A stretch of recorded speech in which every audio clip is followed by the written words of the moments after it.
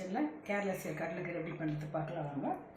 இது கடலை ராத்திரி ஊற வச்சு வேக வச்சது குழக்கொன்னு இருக்குனாங்க, வேக வச்சு வச்சுக்கிறாங்க. இது டமாட்டா பியூரிங்க. இதுக்கு மசாலா வந்து சின்ன வெங்காயம், பட்டை, லவங்கம், ஏலக்காய், ஒரு 2 காஞ்ச மிளகாய், தேங்காய் மசாலைக்குங்க. இது சில்லி, கறி லீஃபு, சின்ன வெங்காயங்க, சால்ட்டு, கொரியாண்டர் லீஃபு, தனியா powder, chilli powder, turmeric powder, தேங்காய் எண்ணெய், கிரவுண்ட் நட் ஆயில், அவ்வளோதாங்க. இப்போ வறுக்கலாம் வாங்க. என்ன பண்ணுறது வறுக்கிறதுட்டுங்க கொஞ்சம் சும்மா வறுக்கிறது. இப்போ இது ரெண்டும் வறுத்துக்கலாங்க. சோம்பெல்லாம் போட்டுக்கோங்க. வறுத்துட்டு கிரைண்ட் பண்ணிக்கலாங்க. கிரைண்ட் ஆகிடுச்சு, இது வறுப்பட்டுடுச்சு ஃப்ரெண்ட். இது கிரைண்ட் பண்ணிக்கலாங்க. போட்டு கிரைண்ட் பண்ணிக்கலாம் ஃப்ரெண்ட்ஸ். இப்போ எண்ணெய் ஊற்றிக்கலாம் ஃப்ரெண்ட்ஸ். கொஞ்சம் இது வந்து சின்ன வெங்காயம் போட்டுக்கலாங்க.